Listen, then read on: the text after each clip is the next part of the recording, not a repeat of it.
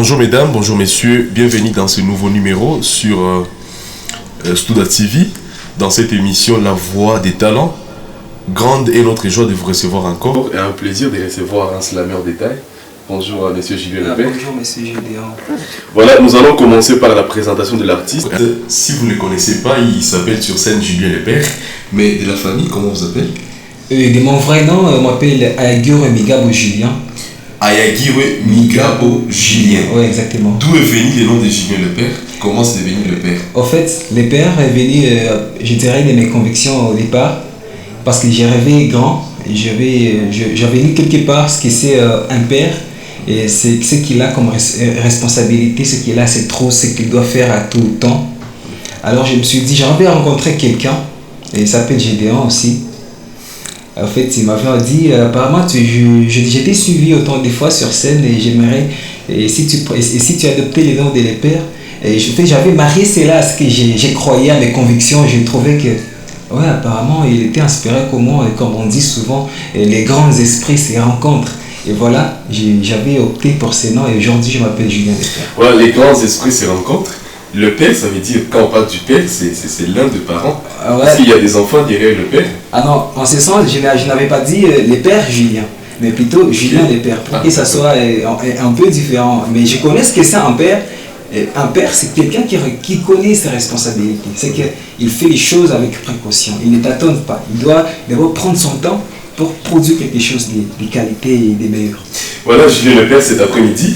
Alors, parlons un peu de l'historique. Oui. Comment est-ce que vous avez commencé du slam? Quelle a été la motivation? J'ai commencé l'islam lorsque j'étais encore trop jeune. Actuellement, j'ai 23 ans. Alors, j'ai commencé l'islam en 2019. Tu n'étais pas encore adulte à l'époque? Ah non, 23 ans, il faut faire 25 moins 19, vous allez comprendre ce que c'est que ça. Ouais. Et en fait, c'était en 2019, en novembre, si ma mémoire ne fait pas défaut. En fait, mais j'écrivais avant ça, lorsque j'étais en deuxième année CO, moi j'écrivais. Et je racontais mes histoires à un de mes amis. Et je lui disais tout ce que j'écrivais, tout ce que je vivais sur le quotidien, toutes mes imaginations. Et voilà, un jour, il avait connu un cadre intimiste qu'on appelle aujourd'hui atelier. Là, on formait les artistes, on leur parlait de comment faire pour prendre la parole en public et comment on écrit bien ces textes. Alors, il était fort obligé de venir me voir ces matins-là. Non, c'était pas les matins, mais plutôt dans les après-midi. Oui, dans les après-midi. Il était venu me voir et me dire, mon frère, tu vois, et en fait, nous avons, je connais un cadre intimiste qu'on appelle Atelier Slam, c'est quelque part au quartier. En fait, ça m'a intéressé et ça ressemble à ce que tu fais. Je lui dis, waouh, bon, qu'est-ce que c'est que ça? Tu peux me raconter? Il m'a dit, non, je suis un peu rapide. Si tu peux avoir un texte, tu peux m'aider avec ça, je vais aller montrer là-bas que c'est mon texte. Alors, pendant que tu écrivais déjà, oui, quelqu'un voulait t'orienter dans un atelier pour améliorer. Oui, mais au départ, ce n'était pas ça son intention. Oui. Il voulait juste avoir un de mes textes pour aller présenter ça quelque part, disant que c'est son propre texte. Ah ok, donc il voulait s'accaparer du texte. Oui, alors comme je croyais trop à ce que je faisais, je ne lui avais pas donné ce texte sur les champs. Je lui avais dit, attends mon frère, je vais faire un texte pour toi, demain je te l'apporte. Alors, c'était déjà un texte poétique? Ah oui, c'était poétique parce que je lisais les poèmes de Victor Hugo, de Lamartine, des histoires comme ça. Victor Hugo avec Fonction du poète. Oui, Fonction du poète. Le poète dans des jours impies, vient préparer les jours meilleurs, il est l'homme des utopies, c'est lui qui sur toute tête, et la suite continue. Oui, en tout cas, c'est l'un des meilleurs poètes, le plus célèbre d'ailleurs en France, surtout à l'époque. Alors, Julien Lepère, vous êtes slammer, mais vous nous dites dans l'histoire que vous avez commencé à écrire déjà avant même l'atelier. Oui. Ça en fait ça. Alors, à l'époque, c'était des poèmes. Ah oui, c'était des poèmes, exactement. Et aujourd'hui, des slams. Alors, est-ce qu'on peut savoir, vous êtes poète ou slammer? Je suis slammer. Comme on dit, je suis poète, slammer. Auteur, compositeur, poète, slammer. Alors, quelle est la différence entre un poème et un slam? En fait, un poème, c'est un genre littéraire qui est régi par des codes, je dirais, une certaine méthodologie. Il faut qu'il y ait des principes, des normes là-dedans. différemment. Il faut respecter la versification des rimes, comment découper les syllabes, etc. Quelque chose comme ça. Mais un slam, c'est différent. C'est l'art à part entière qui est venu et une forme d'écriture où on fait les choses librement. C'est qu'on écrit juste lorsqu'on a quelque chose qui est sur le cœur. Il n'y a pas de limite. On veut juste dire ce qu'on a sur le cœur sans qu'il y ait des principes, juste comme tu veux. Alors, sur le plan formel, on sait qu'il y a des catégories des poèmes, il y a des formes des poèmes. Oui.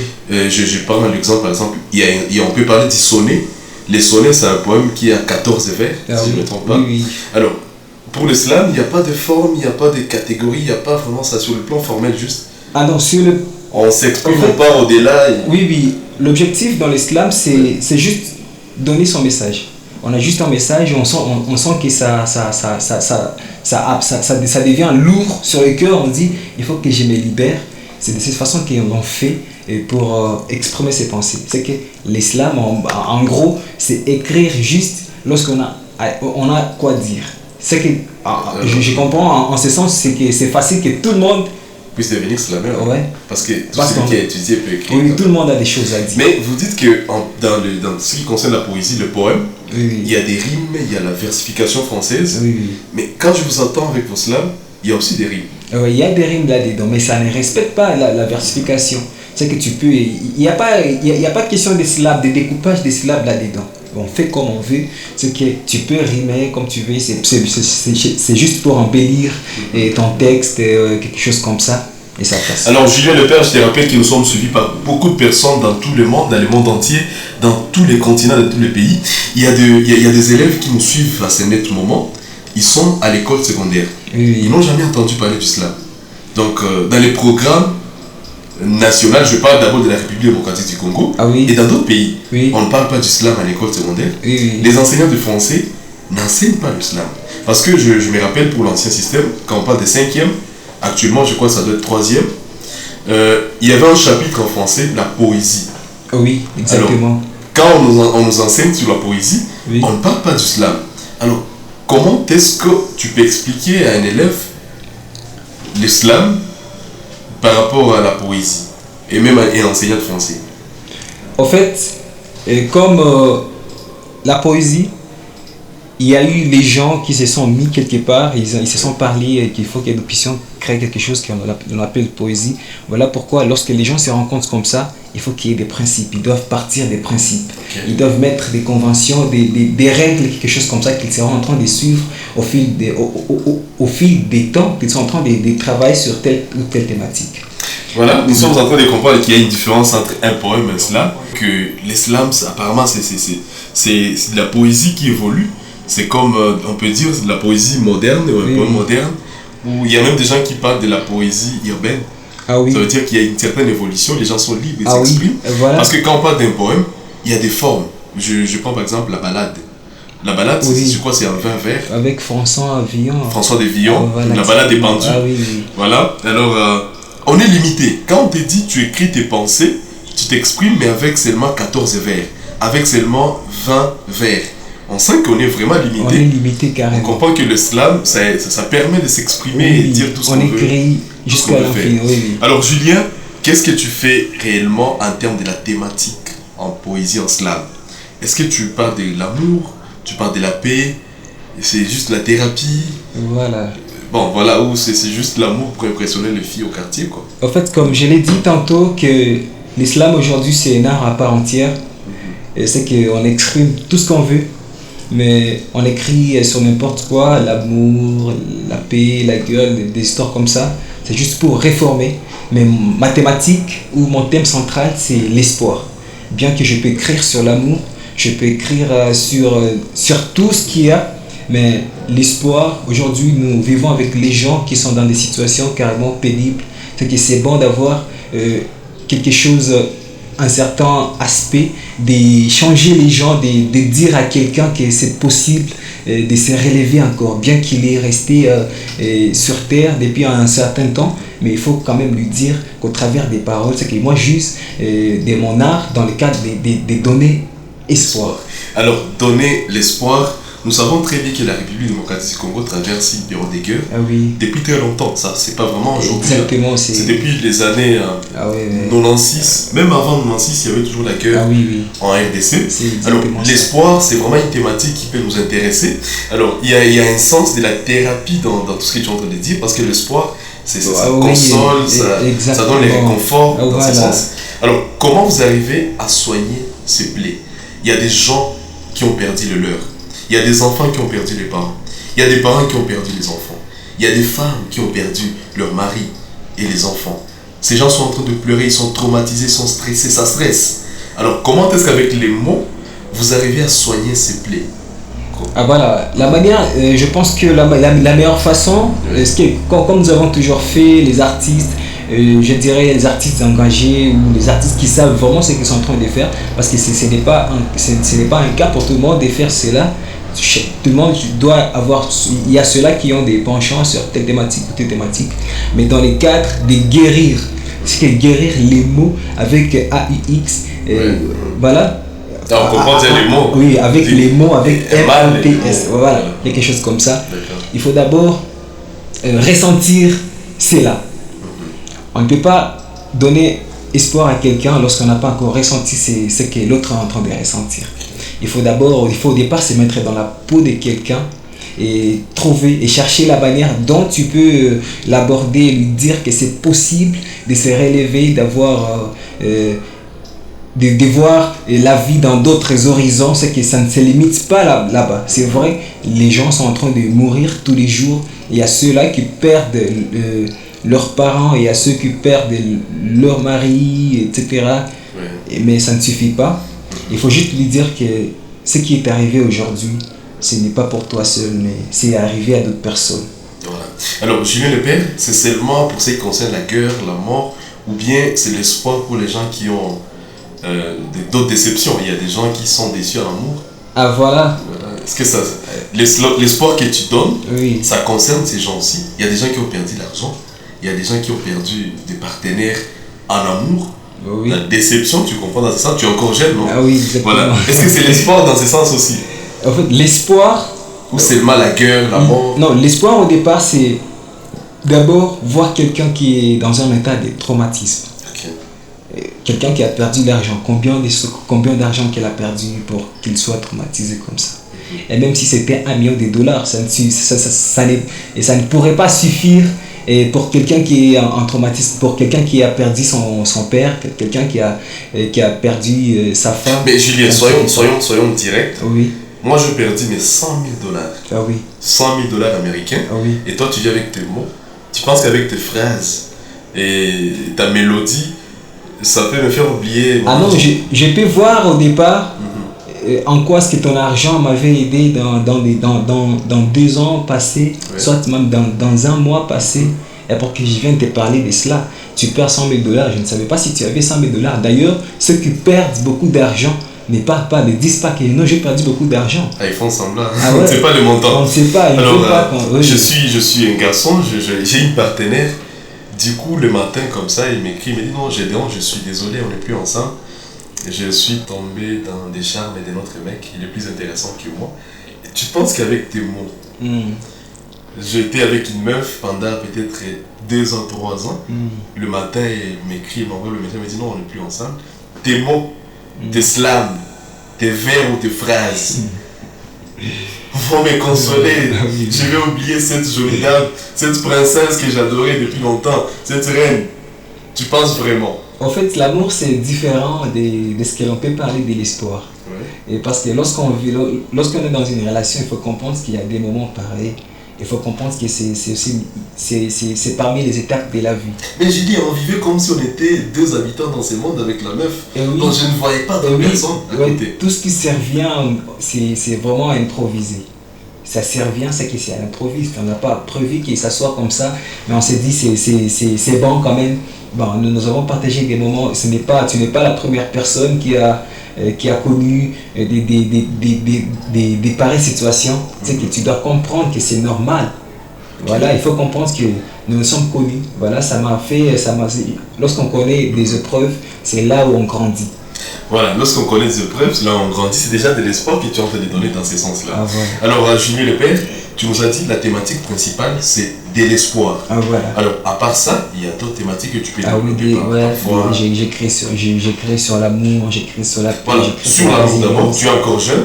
Il y a des gens qui pensent que vous les jeunes, vous faites l'islam pour impressionner les dames, pour séduire, pour attirer l'attention des jeunes femmes, des dames quoi. Alors, c'est ton cas aussi. Tu l'as fait pour une fille. En fait, ce que nous faisons lorsque on se sent être engagé, un artiste engagé, au départ, ce n'est pas ça.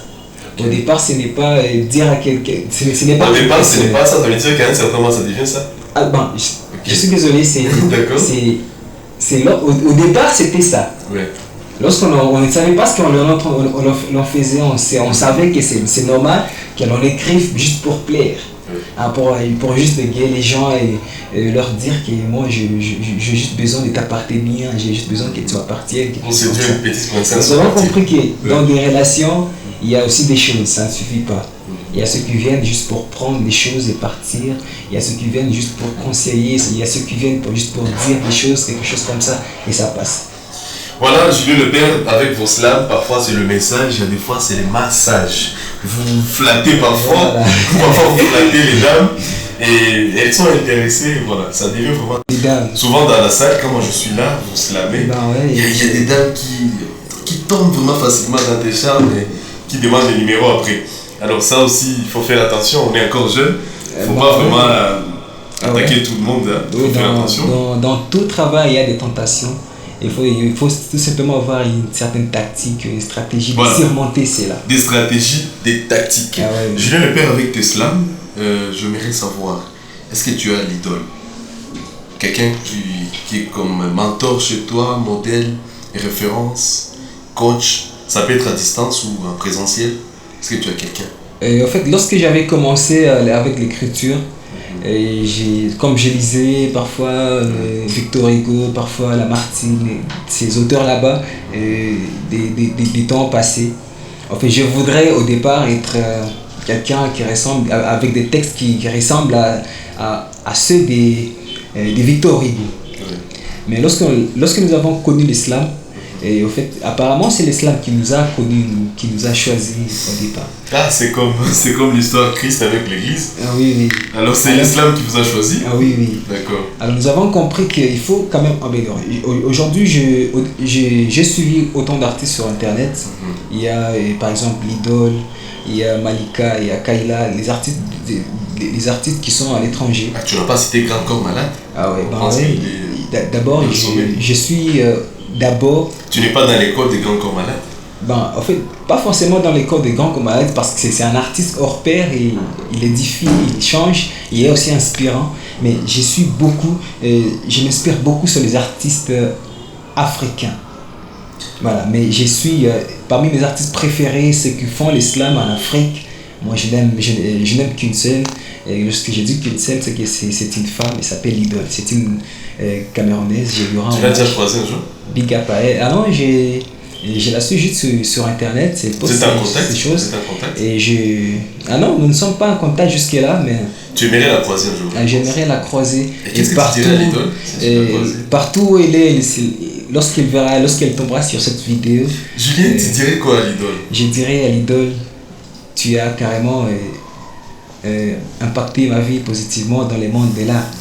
J'aimerais travailler avec toi. Julien, je te rappelle que nous sommes en Afrique, nous sommes en RDC, et dans des territoires, même dans des villes, dans certaines villes, on ne parle pas forcément français. Et tu as dit que la thématique c'est l'espoir. Comment donner l'espoir à une maman du village qui ne parle pas français, Julien, qui ne comprend pas français? Et au fait, elle se débrouille pas mal peut-être en swahili. Ah oui, je comprends. Et se débrouille pas mal en swahili, vous dites, ou en français. Elle parle pas français. Ah oui. Difficilement swahili. Oui, aujourd'hui, on n'écrit pas tout simplement dans une seule langue, mais on diversifie les langues. Il y a des fois vous écrivez même en swahili. Ah oui, en swahili, et on est en train d'apprendre aussi l'anglais. C'est que dans les jeux, comme on n'est pas encore calé dans la langue, est-ce que tu peux nous faire un petit morceau en swahili, juste un truc en swahili? Comme ça, la maman qui est au village peut aussi nous capter facilement. Ah oui, je vais tâcher bien de faire cela. Ah oui, oui.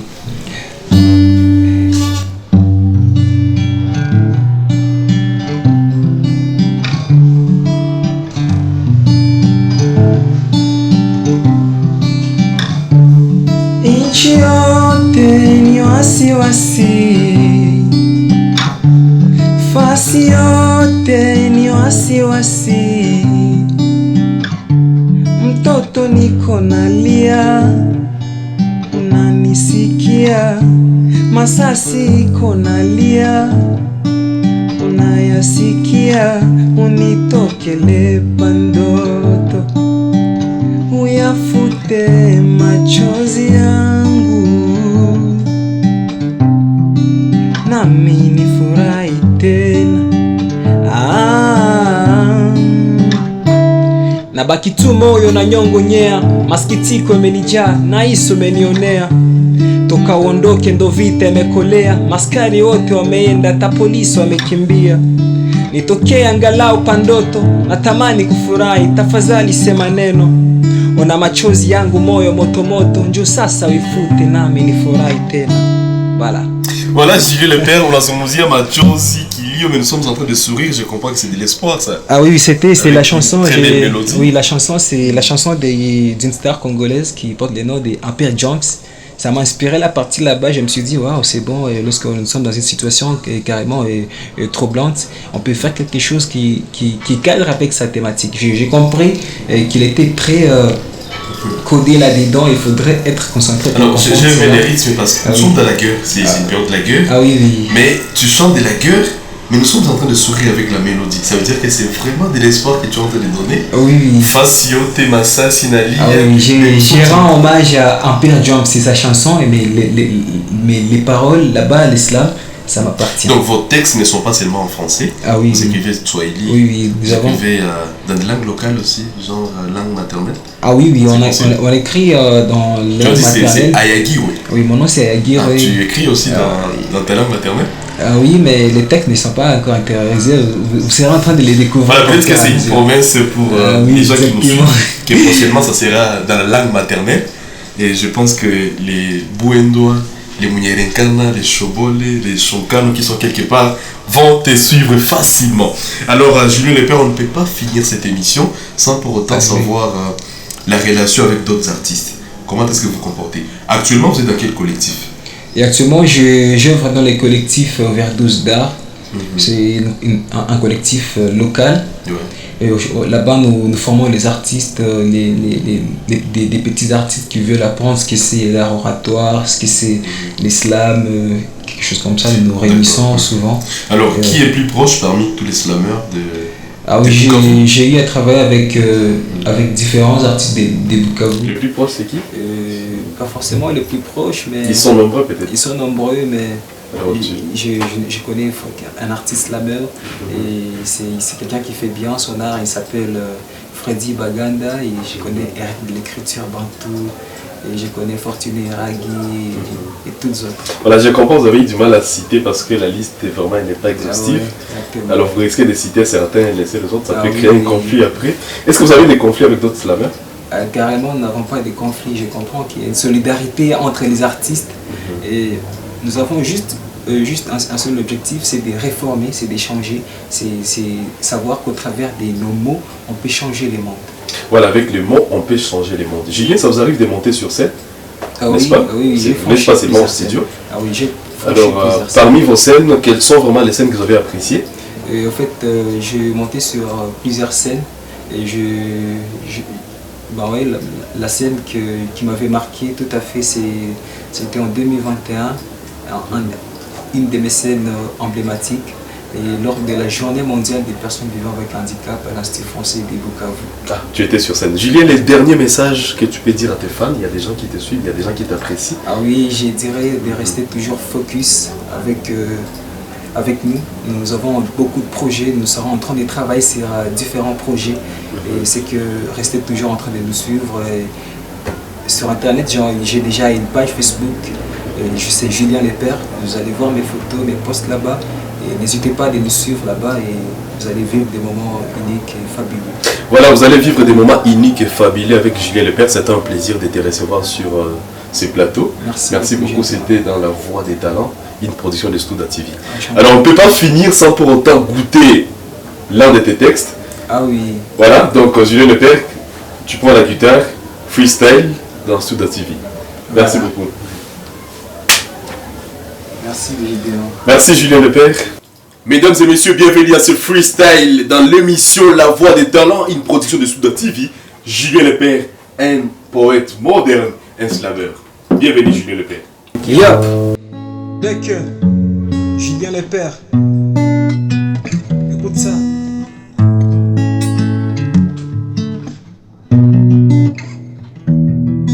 Comme l'amour nous attriste dans une moindre escarmouche, il y a la vie qui tire sur nous, nous considérons comme tout ce qui bouge. Les expériences au quotidien laissent les mondes s'exclamer. Certains les mains sur les joues et d'autres les yeux sont splissés.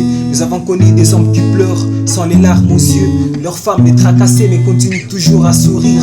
Nous avons vu des femmes pleurer fortement après un coup de poing et d'autres leurs maris friqués, mais elles meurent sans soin. Nous avons vu la vérité crever dans un flot de mensonges. La haine est une chose tangible, mais l'amour c'est dans les songes. Nous avons vu la vérité écartée dans nos sociétés et nos familles.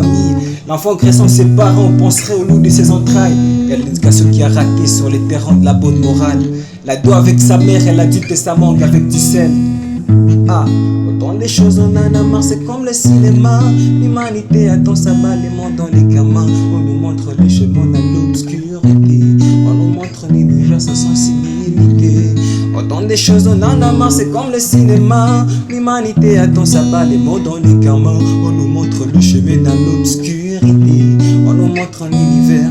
Tôt le matin, la journée s'inquiète de la soirée qui va venir. Et Marie porte une cravate à l'enterrement de sa femme, quel souvenir.